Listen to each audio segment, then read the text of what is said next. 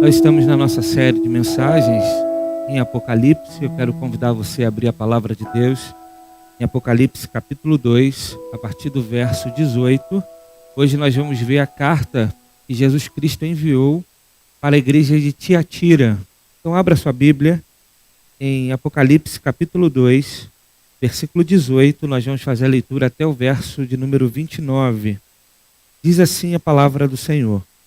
Ao anjo da igreja em Tiatira escreva: estas são as palavras do Filho de Deus, cujos olhos são como chama de fogo e os pés como bronze reluzente.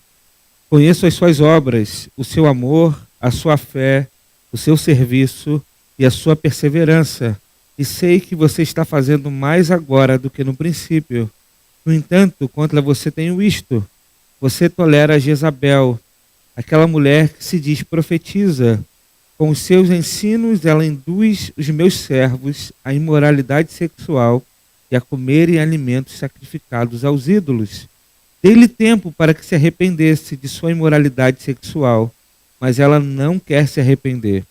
Por isso vou fazê-la adoecer e trarei grande sofrimento aos que cometem adultério com ela, a não ser que se arrependam das obras que ela pratica. Matarei os filhos dessa mulher. Então todas as igrejas saberão que eu sou aquele que sonda mentes e corações. Retribuirei cada um de vocês de acordo com as suas obras. Aos demais que estão em Tiatira, a vocês que não seguem a doutrina dela e não aprenderam, como eles dizem, os profundos segredos de Satanás, digo: não porei outra carga sobre vocês. Então somente apeguem-se com firmeza ao que vocês têm, até que eu venha. Aquele que vencer e fizer a minha vontade até o fim, darei autoridade sobre as nações. Ele as governará com cetro de ferro e as despedaçará como um vaso de barro. Eu lhe darei a mesma autoridade que recebi do meu Pai. Também lhe darei a estrela da manhã. Aquele que tem ouvidos, ouça o que o Espírito diz às igrejas. Amém? Vamos orar? Pai, em nome de Jesus, nós louvamos o Teu nome, ó Deus. Te agradecemos, ó Pai, por ter a oportunidade de continuar pregando a Tua palavra. Ó Deus, mesmo diante de uma situação tão difícil e calamitosa que nós estamos vivendo, ó Deus, nós podemos usar do meio da tecnologia para transmitir, ó Deus, a Tua palavra. Que a Tua palavra alcance os corações dos irmãos. Que a Tua palavra traga instrução, exortação, advertência, disciplina aos nossos corações. Que a Tua palavra, ó Deus, nos faça voltar para mais perto de Ti. Que possamos, ó Deus, abandonar os nossos pecados e nos voltar ao Senhor para viver uma vida para o Senhor e para a Tua glória. Ó Deus, fala conosco através desta palavra, fala conosco através desta mensagem. Ó Deus, é o que nós pedimos, em nome de Jesus. Amém. Amém. Meus irmãos, a cidade de Tiatira era talvez a cidade menos ilustre dessas 7 cidades da Ásia. Tiatira era uma cidade que tinha vários polos de comércio, vários polos importantes de comércio na época. Tiatira era um polo que vendia lã, púrpura, linho, bronze e muitas outras mercadorias importantes naquela época. Mas o grande problema é que nessa cidade, para que alguém pudesse trabalhar, para que alguém pudesse desenvolver economicamente, para que alguém pudesse crescer financeiramente, deveria se dedicar a esse tipo de comércio, a estar participando desse tipo de polo de venda, de comércio. E o problema é que esse tipo de polo naquela época era intimamente ligado à adoração pagã. Eles tinham uma ligação muito forte com a idolatria. E esses polos tinham o hábito e o costume de se reunir após o expediente para, então, ter festas, banquetes recheadas de comidas sacrificadas a ídolos e depois ainda uma festa regada de orgias e coisas imorais. A igreja, então, que vivia nessa cidade, a igreja de Tiatira, os irmãos, para participar, então, do comércio, para ter trabalho, para ter emprego, deveriam participar desses polos. E aí morava o perigo. Como hoje, como na nossa sociedade, que é uma sociedade voltada para a imoralidade, hoje também estamos inseridos em um contexto assim, onde muitos, para tentar galgar algumas posições, acabam se envolvendo com práticas pagãs, com práticas imorais, porque querem fazer parte do grupo, querem fazer parte do meio. E aqui então há um grande problema. Alguns dos irmãos daquela igreja estavam se envolvendo com práticas imorais, estavam se envolvendo com idolatria. E faziam isso recebendo uma certa autorização ou instrução de uma mulher que tinha autoridade espiritual dentro da igreja. Uma mulher que o texto chama de Jezabel. Essa mulher, que era uma profetisa, ou que se dizia ser profetisa, ensinava, instruía e tinha muitos discípulos, ensinava esses discípulos a entender que era necessário que eles se envolvessem nessas práticas imorais para que eles pudessem saber os segredos de Satanás, para que eles pudessem saber como Satanás arma as suas armadilhas. Então ela orientava, ensinava aos irmãos a viver essas práticas. Não tinha problema nenhum eles estarem nesses comércios, participando desses polos e depois ainda participar dessas festas regadas de imoralidade e de orgias, porque assim eles saberiam e experimentariam os segredos do inimigo, para que depois então eles pudessem se defender. Essa era o ensino dessa mulher, que aqui no texto chama de Jezabel. Mas antes de Cristo tratar desse problema na carta, Cristo vai se apresentar à igreja de Tiatira, e ele se apresenta como o Filho de Deus. Veja o texto.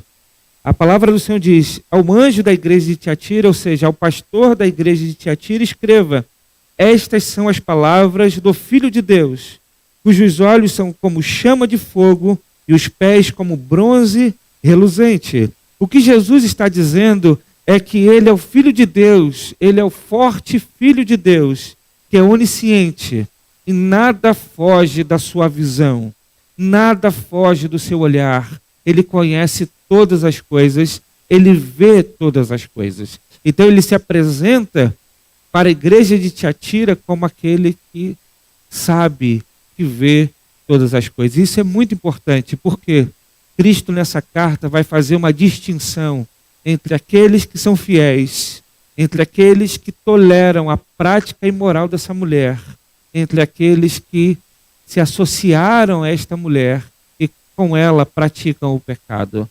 Cristo sabe discernir exatamente dentro de uma comunidade aqueles que buscam verdadeiramente a Deus, aqueles que buscam verdadeiramente servir ao Senhor, ser fiel à palavra, aqueles que toleram as práticas de pecado e aqueles que praticam o pecado. Por isso Cristo se apresenta como aquele que é onisciente, aquele que tudo vê, aquele que tudo sabe. E Cristo, antes de tratar o problema daquela igreja, ele vai elogiar e trazer as virtudes daquela igreja. O texto vai dizer assim: conheço as suas obras, o seu amor, a sua fé, o seu serviço e a sua perseverança. E sei que você está fazendo mais agora do que no princípio. Cristo então vai elogiar aquela igreja como um todo era uma igreja perseverante. Aquela igreja no seu contexto maior era uma igreja amorosa, era uma igreja trabalhadora, era uma igreja que estava fazendo muito mais agora do que antes. Era uma igreja profundamente dedicada às coisas de Deus. O grande problema é que esta igreja era uma igreja crescente. E no meio dessa igreja tinham pessoas que não viviam uma vida de piedade, não viviam uma vida voltada para Deus. Mas Cristo, embora faça a distinção, enxergue e saiba que há esse problema, ele não deixa de elogiar a igreja de Tiatira. A igreja de Tiatira, portanto, tem muito a nos ensinar com suas virtudes. Era uma igreja extremamente trabalhadora. E assim também nós devemos ser. era uma igreja profundamente amorosa. Assim também nós devemos ser. Devemos amar uns aos outros, devemos cuidar uns dos outros. Nós não devemos ter parcialidade no trato com as pessoas. Se nós olharmos para o texto, a carta que Tiago escreveu, nós vamos ver que ele trata exatamente isso, onde numa igreja existia parcialidade, onde pessoas valorizavam mais outras por conta das questões materiais e desprezavam aquelas que não tinham muitas questões materiais. Tiago vai escrever e vai dizer para eles: olha, amem as pessoas, não tratem as pessoas com parcialidade. Vocês devem praticar a lei da liberdade, vocês devem amar uns aos outros. A igreja, portanto, deve amar todas as pessoas, independente da sua cor, da sua conta bancária, independente se elas têm mais ou têm menos, independente se são jovens, se são idosos, a igreja deve amar todas as pessoas. A igreja de Tiatira era uma igreja amorosa, era uma igreja de fé, era uma igreja que confiava em Deus, era uma igreja que acreditava em Deus, era uma igreja que pregava o evangelho, era uma igreja que se mantinha firme diante das lutas, diante dos problemas que toda igreja enfrenta, mas era uma igreja perseverante, porque confiava e tinha um coração em seu Senhor. Assim também nós devemos ser. Era uma igreja que não se acomodava, que hoje fazia mais do que fez ontem. Assim também nós devemos ser. Nós devemos a cada dia fazer muito mais do que fizemos ontem. A cada dia devemos nos dedicar mais do que nos dedicávamos antes.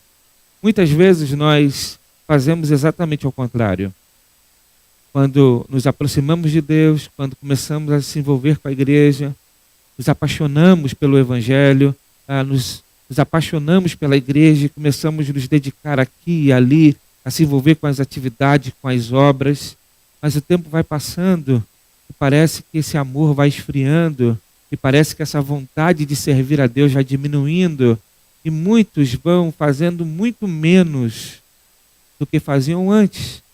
Quantos e quantos irmãos já foram profundamente dedicados à obra e hoje se contentam a simplesmente sentar no banco da igreja, assistir o culto, louvar a Deus e nem sequer buscam viver uma vida piedosa, de oração, de leitura da palavra, nem sequer compartilham do evangelho com os vizinhos, com os colegas de trabalho, nem sequer testemunham da sua fé, mas vivem anonimamente como se não fossem cristãos. Sem contar que muitos nem sequer se envolvem em nada nos trabalhos da igreja. Há quantos e quantos deixaram que as coisas, o tempo, as circunstâncias endurecessem o coração para que não tivessem mais forças para se dedicar a Deus como fizeram antes. A igreja de Tiatira não era uma igreja assim. A igreja de Tiatira, segundo as palavras de Jesus, era uma igreja que fazia mais hoje do que fizeram ontem. Era uma igreja que produzia mais, que se dedicava mais. Então essa igreja tem muitas coisas positivas para nos ensinar, para nos instruir. Mas Cristo, depois de destacar os pontos fortes daquela igreja, Cristo vai trazer os problemas daquela igreja. E o verso 20 a 21 diz assim: no entanto, contra você tenho isto.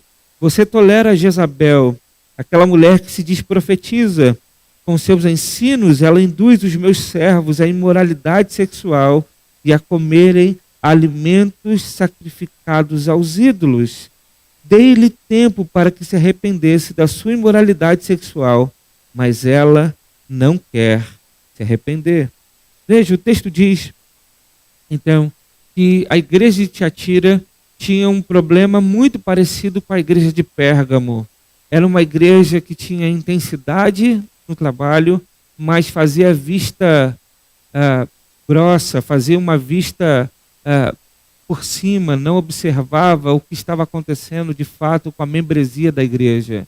E muitos estavam vivendo em práticas pecaminosas. Cristo então chama a atenção da igreja para entender que a igreja estava tolerando a prática errônea de uma mulher que estava conduzindo alguns irmãos à imoralidade sexual. Cristo chama a atenção da igreja a enxergar que ela não poderia tolerar alguém que se diz profeta ou uma mulher que se dizia profetisa e estava usando da religião para abusar sexualmente das pessoas. Cristo chama a atenção da igreja para não permitir que algumas pessoas, naquele caso, naquele contexto, uma mulher que se aproveitava do seu status religioso, da sua posição religiosa, do seu ofício religioso, para conduzir e praticar imoralidade sexual com os membros da igreja. Jesus chama a atenção, porque a igreja não pode concordar com essas práticas. A igreja não pode achar que isso é normal, porque não é normal. Jesus então chama a atenção e ele chama essa mulher de Jezabel. Jezabel é aquela mulher do Antigo Testamento que era casada com o rei Acabe, que introduziu o culto a Baal e conduziu o povo de Israel à imoralidade.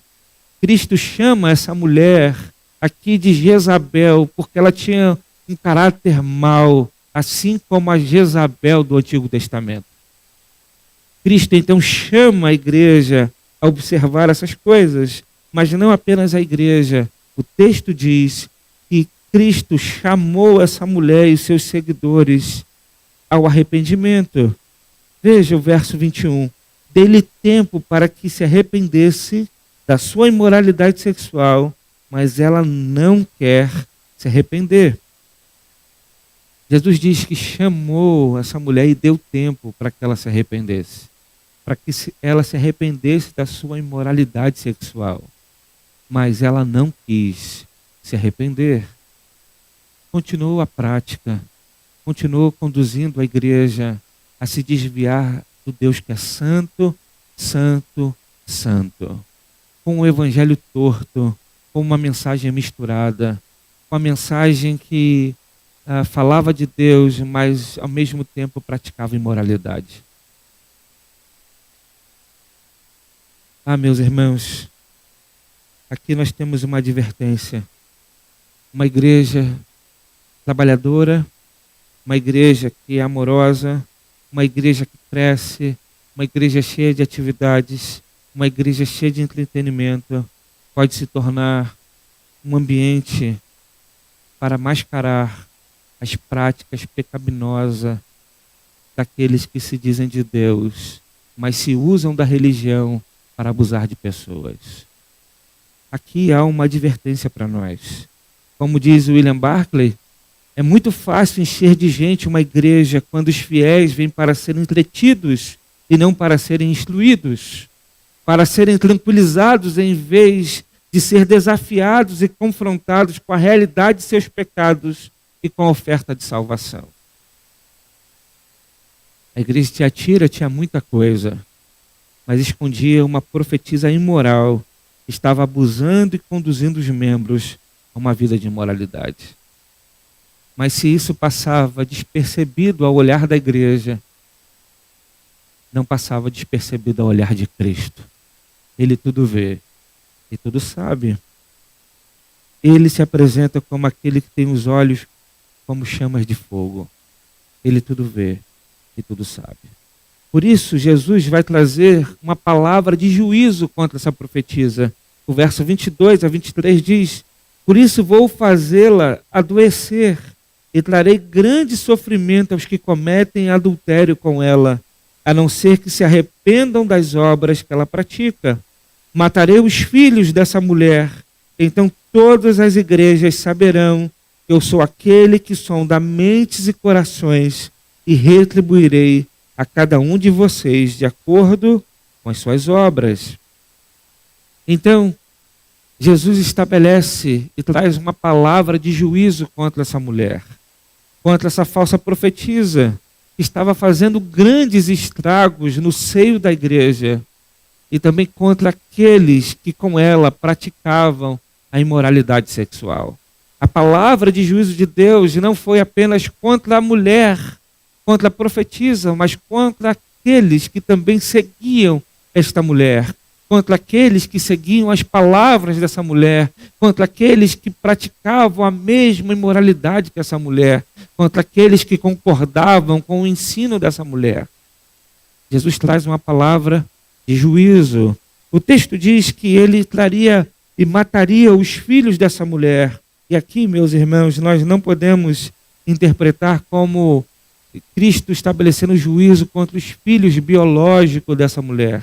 Mas aqui, filhos, nós precisamos entender que é filhos da fé, filhos que concordam, aqueles que são discípulos, aqueles que defendem o mesmo discurso, aqueles que caminham do mesmo lado, aqueles que mantêm a mesma prática, são aqueles que são orientados, instruídos e agora também vivem na prática dessa mulher. Cristo então está trazendo juízo a essa seita que se formou dentro da igreja de Tiatira. No seio da igreja de Tiatira tinha um grupo de irmãos onde Cristo estabelece juízo. Muito bem, meus irmãos. Mas, embora Cristo tenha uma palavra dura contra essa mulher e aqueles que praticam o pecado com ela, Cristo faz distinção entre os que se mantêm fiel daqueles que vivem uma vida carregada de pecado. O texto continua e ele vai dizer: aos demais que estão em Tiatira, a vocês que não seguem a doutrina dela e não aprenderam, como eles dizem, os profundos segredos de Satanás, digo, não porei outra carga sobre vocês, então somente apeguem-se com firmeza ao que vocês têm, até que eu venha. Aquele que vencer e fizer a minha vontade até o fim, daria autoridade sobre as nações. Ele as governará com cetro de ferro e as despedaçará com um vaso de barro. Eu lhe darei a mesma autoridade que recebi de meu Pai. Também lhe darei a estrela da manhã. Aquele que tem ouvidos, ouça o que o Espírito diz às igrejas. Veja, Cristo faz distinção, então. Ele não pune todos os irmãos da igreja.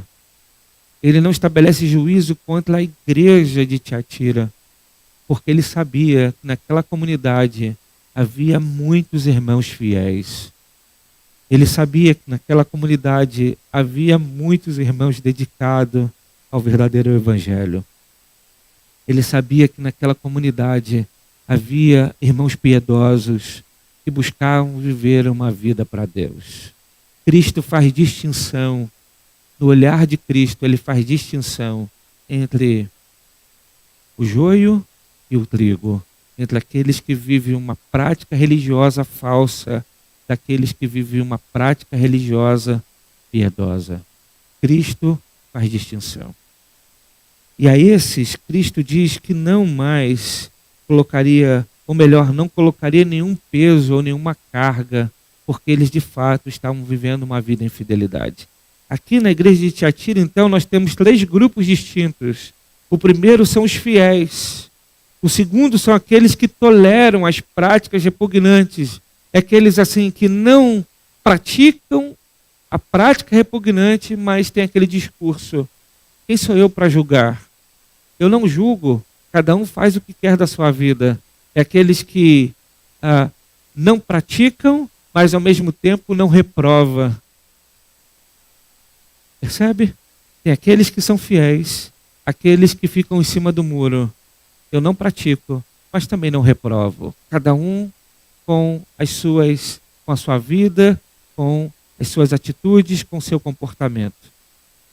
Naquela igreja existia, então, os fiéis, aqueles que toleravam as práticas repugnantes e ainda aqueles que praticavam a imoralidade e servia-se das heresias e que vivia uma vida distante de Deus. A doutrina dessa mulher afirmava que os crentes precisavam conhecer o pecado, a imoralidade sexual, para saber como funcionavam as armadilhas de Satanás. E esse era o segredo de Satanás. Esse era o segredo que aqui o texto diz. Como eles dizem, os profundos segredos de Satanás. Mas isso é repugnante aos olhos do Senhor. Portanto, meus irmãos, para os fiéis daquela igreja, Cristo não tem juízo, mas tem promessas. Promessas que vai dar àquela igreja, veja o texto, darei autoridade sobre as nações. Ou seja, o texto está dizendo, darei aos fiéis, aqueles que permanecerem firmes, aqueles que de fato vivem uma vida para Deus, aqueles que são salvos, darei a esses autoridade para julgar as nações. Cristo reafirma aqui aquilo que a Bíblia ensina em outros textos, que a igreja julgará o mundo, que os fiéis também sentarão em tronos para julgar as nações. A esses Deus dará autoridade para julgar, aqueles que foram fiéis, aqueles que viveram verdadeiramente obedecendo a palavra do Senhor. A esses Cristo faz a promessa de dar a eles a estrela da manhã. O que significa isso?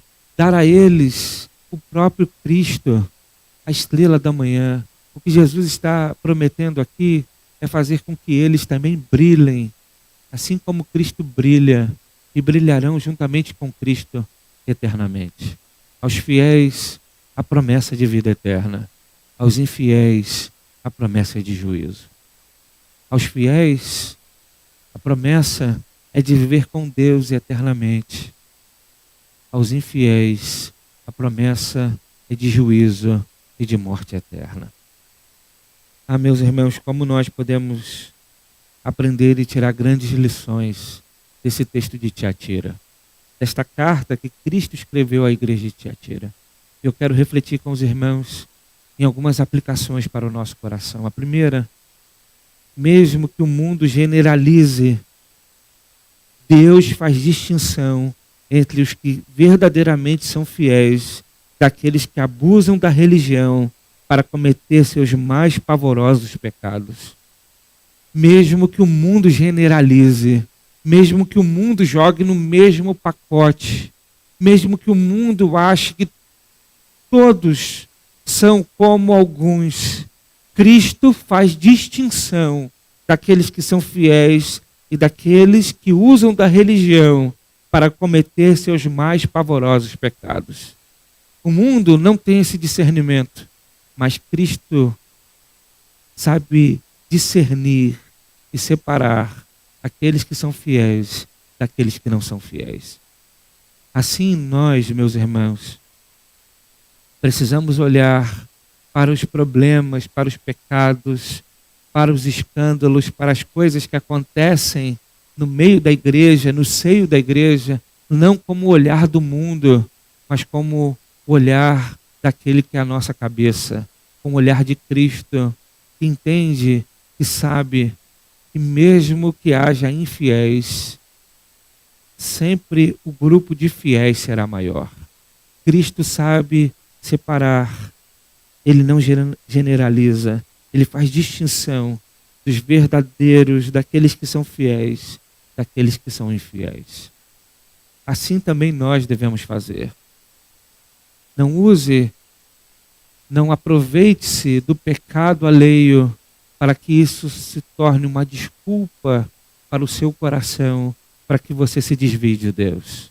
Não olhe para o testemunho do homem infiel, do pecador, daquele que usa da religião como uma desculpa para o seu coração, para que você não se volte para Deus e não prossiga perseverante, amando ao Senhor, trabalhando e servindo a Deus na igreja.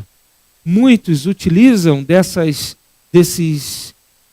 testemunhos ruins para se afastar de Deus, para se afastar da igreja. Mas, veja, nós precisamos perseverar nós não podemos nos deixar levar por essas coisas. Desde o primeiro século já existiam essas coisas no seio da igreja, mas mesmo assim existiam aqueles que são fiéis, que são reconhecidos como fiéis por Jesus, e a esses há promessas. Portanto, em segundo lugar, devemos permanecer firmes, trabalhando com amor, servindo, mantendo a perseverança, mesmo que outros sejam infiéis. Devemos olhar para Cristo e entender que jamais um homem conseguirá manchar a beleza da igreja, pois essa foi comprada pelo sangue de Cristo. Devemos permanecer fiéis, trabalhando com amor, servindo, perseverando, mesmo que outros sejam infiéis, porque o pecado alheio jamais manchará a beleza da igreja, da noiva de Cristo, porque esta foi comprada, lavada e remida pelo sangue de Jesus. Portanto, meus irmãos, aqueles que foram comprados pelo sangue de Cristo são orientados a viver perseverante em amor, em serviço cristão. Não se afaste de Deus por causa de testemunhos ruins, mas se agarre a Deus, mesmo diante dessas coisas. Portanto, é possível se manter firme, mesmo que outros se desviem. É possível se manter firme. É possível se manter puro, mesmo que outros se corrompam. É possível se manter puro. Mas em terceiro lugar, antes de Jesus trazer juízo, ele confronta com misericórdia e disciplina. Antes de trazer juízo, Cristo confronta com misericórdia e disciplina. O texto, no verso 21 e 22, é claro. Ele vai dizer: dei-lhe tempo para que se arrependesse da sua imoralidade sexual, mas ela não quer se arrepender. Por isso vou fazê-la adoecer e trarei grande sofrimento aos que cometem adultério com ela, a não ser que se arrependam das obras que ela pratica. Veja, o texto mostra para nós que Cristo traz uma palavra de disciplina, de advertência, de exortação, para que aqueles homens, aquelas mulheres pudessem se arrepender dos seus pecados. Antes de Deus trazer juízo, ele traz palavra de disciplina, de misericórdia, de advertência. Muitos olham para o juízo de Deus e dizem que Deus é esse que é injusto, que Deus é esse que pesa a sua mão, mas não param para refletir nas oportunidades. E quantas vezes o Evangelho pregou uma mensagem para que um homem se arrependesse dos seus pecados e se voltasse para Deus? Mas e quantas vezes nós ouvimos o Evangelho que mexe com o nosso coração, que nos confronta, que nos coloca na parede, mas isso não gera arrependimento aos nossos corações. Nós continuamos praticando as mesmas obras pecaminosas de antes. E aí Deus pesa a mão de juízo e a gente diz: olha como Deus é ruim. Ah, meus irmãos, Deus sempre é gracioso e misericordioso. Deus traz uma palavra de misericórdia antes do juízo. E se você, porventura, tem vivido uma vida em prática de pecado, a semelhança de Jezabel ou outras práticas pecaminosas, Deus te chama ao arrependimento. Deus te chama para abandonar a vida de pecado e se voltar para Deus. Deus te chama a largar essa vida distante do Senhor e se aproximar. Deus te chama a buscá-lo enquanto Ele está perto.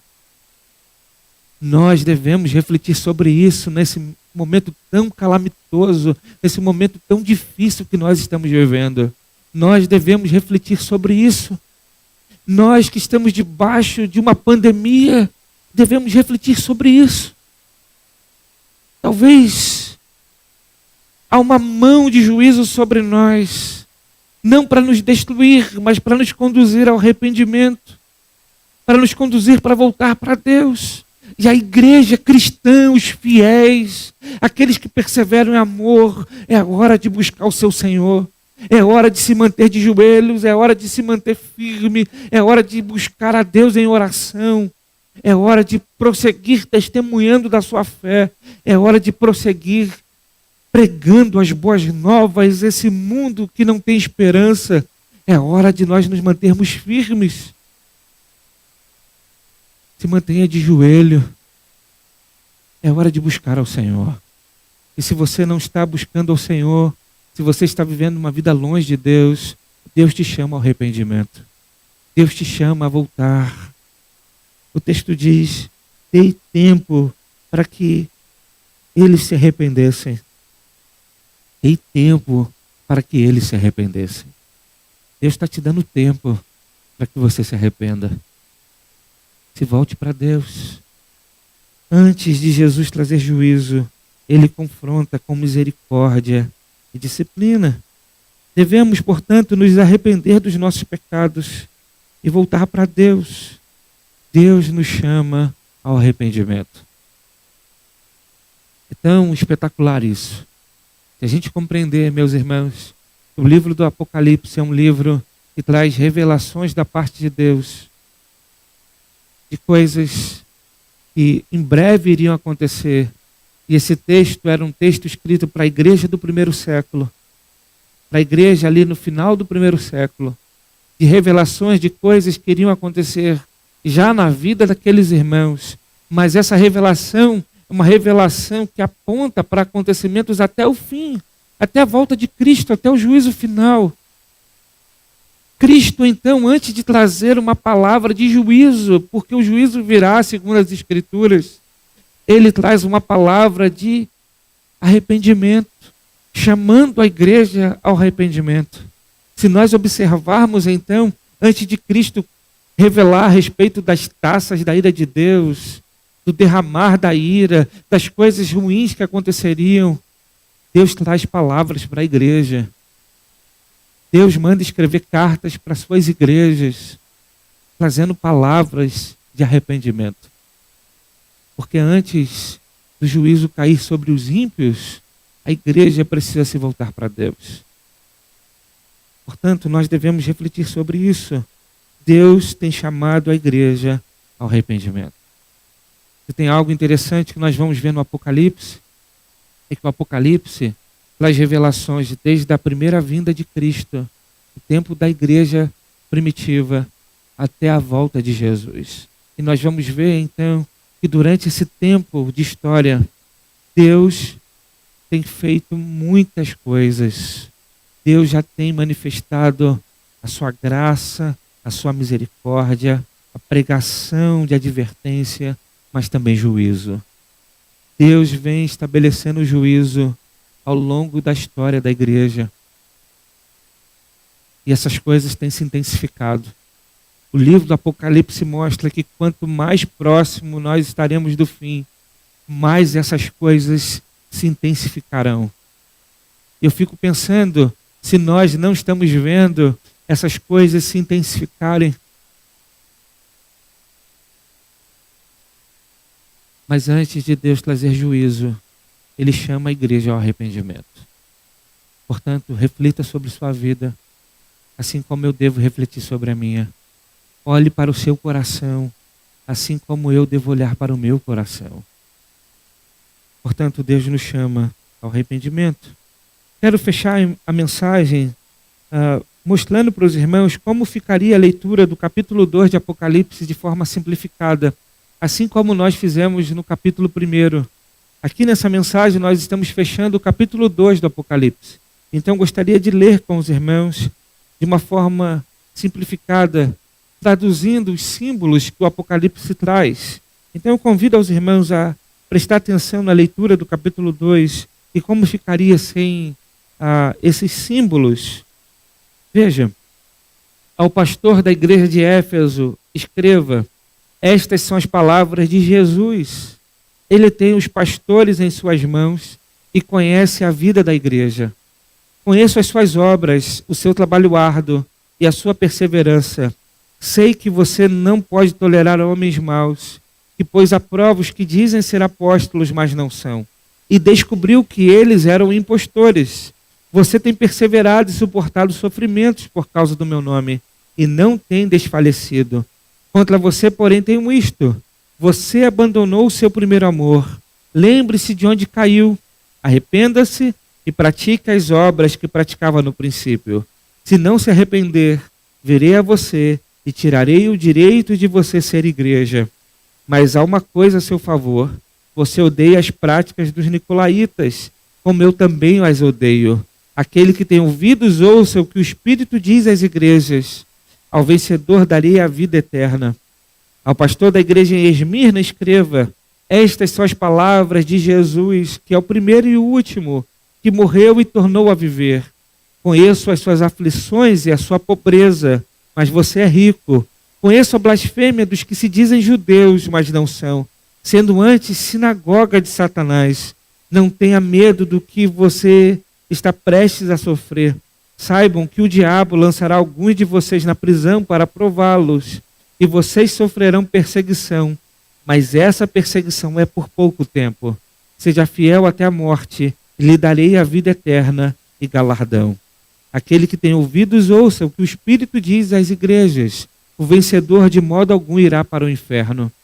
Ao pastor da igreja em Pérgamo escreva: essas são as palavras de Jesus, aquele que julga por sua palavra poderosa. Sei onde você vive, onde está o centro de adoração de falsos deuses. Contudo, você permanece fiel ao meu nome e não renunciou à sua fé em mim. Nem mesmo quando Antipas, minha fiel testemunha, foi morto nessa cidade onde Satanás habita. No entanto, tenho contra você algumas coisas. Você tem aí pessoas que se apegam aos ensinos de Balaão, que ensinou Balaque a armar ciladas contra os israelitas, induzindo-os a comer alimentos sacrificados a ídolos e a praticar imoralidade sexual. De igual modo, você tem também os que se apegam aos ensinos dos nicolaítas. Portanto, arrependam-se, senão virei em breve até você e o julgarei por meio da minha palavra. Aquele que tem ouvidos, ouça o que o Espírito diz às igrejas. Ao vencedor darei a vida eterna. Também lhe darei um novo nome e uma nova vida. Ao pastor da igreja em Tiatira escreva: estas são as palavras do Filho de Deus, que é forte e onisciente. Nada foge da sua visão. Conheço as suas obras, o seu amor, a sua fé, o seu serviço e a sua perseverança. E sei que você está fazendo mais agora do que no princípio. No entanto, contra você tenho isto: você tolera uma mulher que parece com a Jezabel, esposa de Acabe. Ela se diz profetiza. Com seus ensinos, ela induz os meus servos à imoralidade sexual e a comerem alimentos sacrificados aos ídolos. Dei-lhe tempo para que se arrependesse da sua imoralidade sexual, mas ela não quer se arrepender. Por isso, vou fazê-la adoecer e trarei grande sofrimento aos que cometem adultério com ela, a não ser que se arrependam das obras que ela pratica. Matarei os seus seguidores. Então todas as igrejas saberão que eu sou aquele que sonda mentes e corações, e retribuirei a cada um de vocês de acordo com as suas obras. Aos demais que estão em Tiatira, a vocês que não seguem a doutrina dela e não aprenderam com eles a experimentar o pecado para saber como o diabo atua, digo: não porei outra carga sobre vocês, tão somente apegue-se com firmeza ao que vocês têm, até que eu venha. Aquele que vencer e fizer a minha vontade terá autoridade para julgar o mundo juntamente comigo. Eu governarei com cetro de ferro e trarei juízo. Eu lhes darei a mesma autoridade que recebi, autoridade do meu Pai. Também eu serei de vocês, e vocês brilharão comigo eternamente. Aquele que tem ouvidos, ouça o que o Espírito diz às igrejas. Que Deus nos abençoe. Paz e graça a todos, em nome de Jesus.